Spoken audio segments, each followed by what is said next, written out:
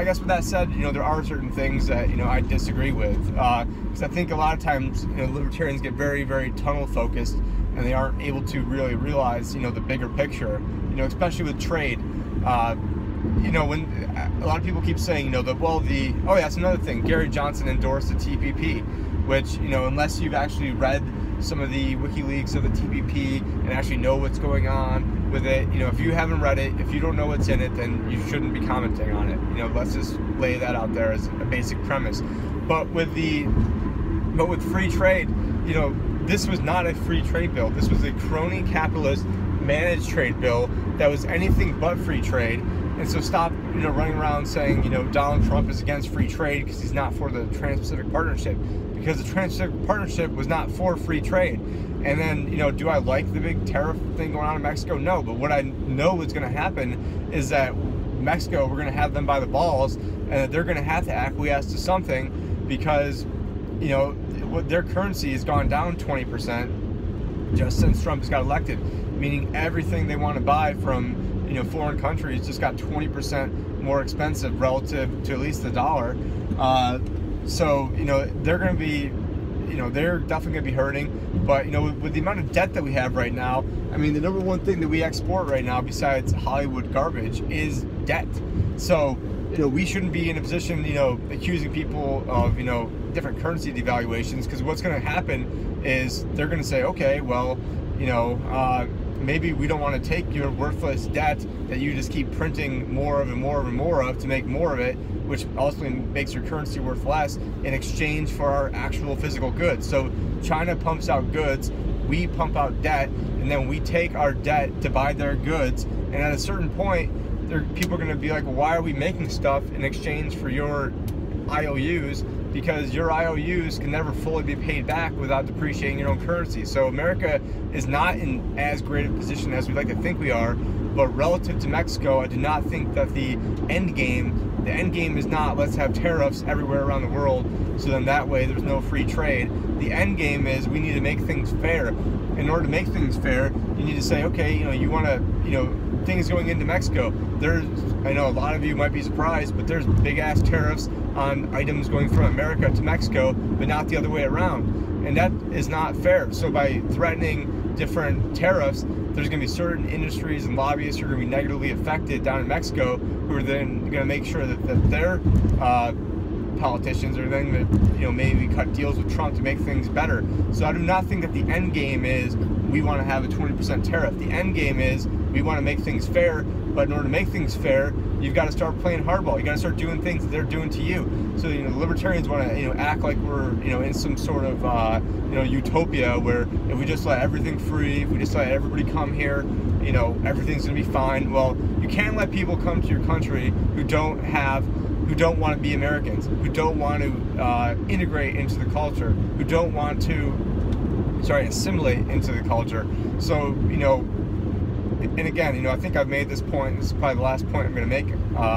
But when it comes to this, travel ban, those were the same countries Obama had advised that we have some sort of restrictions on, or at least put on watch list. Those are the same countries that Obama, 5 out of 7 of them, are actually bombing.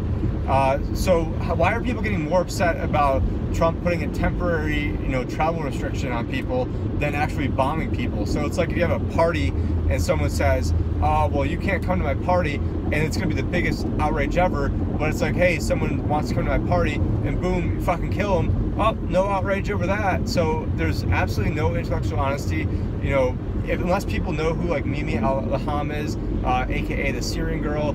I've been following her for about 5-6 years, seeing exactly what's going on the ground in Syria.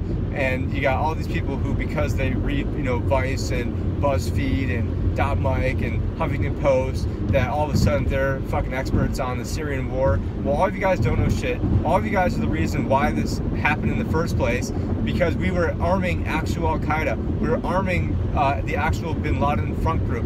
We were arming what is now ISIS. We were arming the Free Syrian Army, which gave up their weapons to ISIS. We were arming a bunch of bad hombres, as Trump would say, guys who were actually Al-Qaeda affiliated. And then now we're saying, oh my God, look at this huge crisis going on in Syria. Like, yeah, we armed a bunch of fucking terrorists over there. What the hell do you guys expect? And then guess what? That does not mean, I think we do need to take out, you know, the ISIS elements that are in there now, but then we need to get the hell out, because we sure as hell haven't been trying to win the war the past, you know, my entire adult life and even before my adult life. So we're going on, you know, over half my life we've been over in these quagmires to accomplish nothing. And then you've got, you know, the Republicans who think that, you know, they've never seen a war they didn't like, you know, and think that there's not a dime they couldn't cut from the Pentagon budget, which is just absolutely insane. Because there's a big difference between, you know, defense and, you know, and just, you know, outright militarism. And I think nobody wants to cut defense, but what has been happening is I think our defensive capabilities have been getting cut, while meanwhile the military budgets has been going up. And to all these people who say, oh, well, the military budget's been slashed. No, it hasn't. What they do is they assume it's going to go up, let's say 5% a year, and because they only make it go up, you know, 2% a year, they say they cut it by 3%. Well, no, they didn't. The actual dollar expenditures are going up, and I'd ask, what are we getting for it? You know, do we feel safer? Do we have more freedoms? I mean, you can't even collect your own rainwater in a lot of places in America, and we want to, you know, talk about how free we are. You know, this is a joke. And I would say a lot of the Republicans, you know, just don't get it. They just think that, oh, because, you know, we say, you know, we're the free, and we watch the Super Bowl, and we, you know, talk about how big our flag is, and talk about how, you know, how much we love this country, that all of a sudden we're definitely free. You know, it sounds like a bunch of slaves to me. You know what? We got to get ourselves into, you know, to the point where each taxpayer owes $1 million of debt just to pay off all the liabilities. And we want to talk about how free we are. So let's, you know, make ourselves absolutely debt slaves and just talk about how free we are. You know, this, you know, so many things are just, you know, out of whack of how they're supposed to be. You know, going back to defense, you know, we should have the militias in America. We should have, you know, everyone walking around with AR-15s, and no one's going to come and invade us. And if anything, we should have more of the troops here defending America, not defending borders overseas. And again, you know, I don't think that the wall is the greatest idea. I think in certain parts of the country, it probably makes sense, but there's things they can do with sonar, with radar. But, you know, the number one thing you should do is stop giving all the welfare to the migrants who are coming over here. Stop, you know, inducing them to come over here. You know, also maybe get rid of the drug war, and then that would cut down on a lot of the violence if you just made the drugs illegal. And I've got a whole blog. I know a lot of you are going to think that's blasphemy, and you can go to my blog and read a whole article on that where I actually have the proof that, you know, it'd be one thing if our laws were actually working and less people were doing drugs, but they're not. It's just making, you know, the situation where more black people are dying, more cops are dying. And now I've gotten into an entire rant that has not a whole lot to do with what I originally wanted to talk about, which was where the Libertarian Party's going. And getting back to where it's going is, you know, I do see with the recent ruling that, you know, they're making it easier for people to get into the debates via the Commission on Presidential Debates. I'm not an expert on the ruling that just happened, and it's still a long ways off, so a lot of things I'm sure a lot of things can still change between now and then. But, you know, I do think that having access to debates is a good thing. And some of you are going to be like, oh, well, oh my God, it's going to hurt Donald Trump. Well, do we live in a free country if we can't even have people get in fucking debates in America? We've got to have two private parties who've been absolutely screwing us, you know, 7 ways to Sunday. And now because, you know, one of them might help one of the candidates more than the other, that, you know, that we can't let them in the debates. Well, that's not, that, I don't think that that's American. I don't think that that's promoting freedom. And I think they should be in the debates, and it should be on ideology of how people win. I mean, half the people in America don't even vote, so don't give me this, you know, oh my God, they're going to steal for Trump, because what was actually seen is that among the millennials, a lot of them were actually moving their votes from Democratic to Libertarian. But if you're not in the debates, you're not going to win. But what I'd hate to see is that, the Libertarians somehow take the fall for, you know, having, maybe Trump not winning 4 years, but I still don't think that's going to happen for what I just told you. I think there's still a net benefit to the Republicans at this standpoint, and a lot of people that voted for Trump, they're going to keep their loyalty there because people always want to vote for what they perceive to be the winning team, which is why the incumbent always has a huge advantage. And I think really the Libertarians blown it, and they've got to wait another 8 years when you don't have an incumbent running.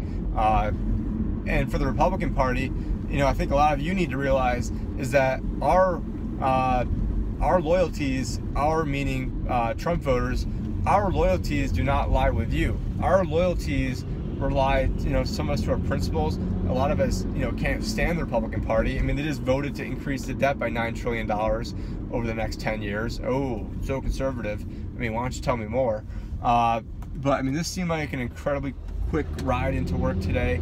I appreciate whoever is listening to this rant, but I haven't spent a lot of time on the Libertarian Party, and that's all this kind of like I don't know, maybe verbal diarrhea over here is why I haven't been spending a lot of time. But ultimately, I'd like to make the Republican Party more libertarian, the Democratic Party more libertarian, the Libertarian Party more libertarian, which I hate to even have to say that, but it's definitely true. And especially a lot of the people at the grassroots, I mean, they realize this. But I do see a lot of good things going on with Trump. Obviously he's got a lot of Goldman Sachs people in there that I don't like. He's got some stuff with the police state that I don't like. He's definitely not perfect, but I think he is a creation of Hillary Clinton. He's a creation of Obama, and all the liberals who let Obama get away with executive overreach, only have themselves to blame. All the Democrats who let Harry Reid change the rules of the Senate to make nominations go by even more quickly, you guys have yourself to blame. And a lot of you, I warned about this. I'm on record on Facebook warning about this stuff. And a lot of you thought that it was going to be Hillary, so you didn't care, and you just poo-pooed it because, you're okay with authoritarianism as long as it's your own brand of authoritarianism, and now you're going to see it come back to bite you in the ass. So, do I like seeing all the executive orders? No. But if the executive orders are to overturn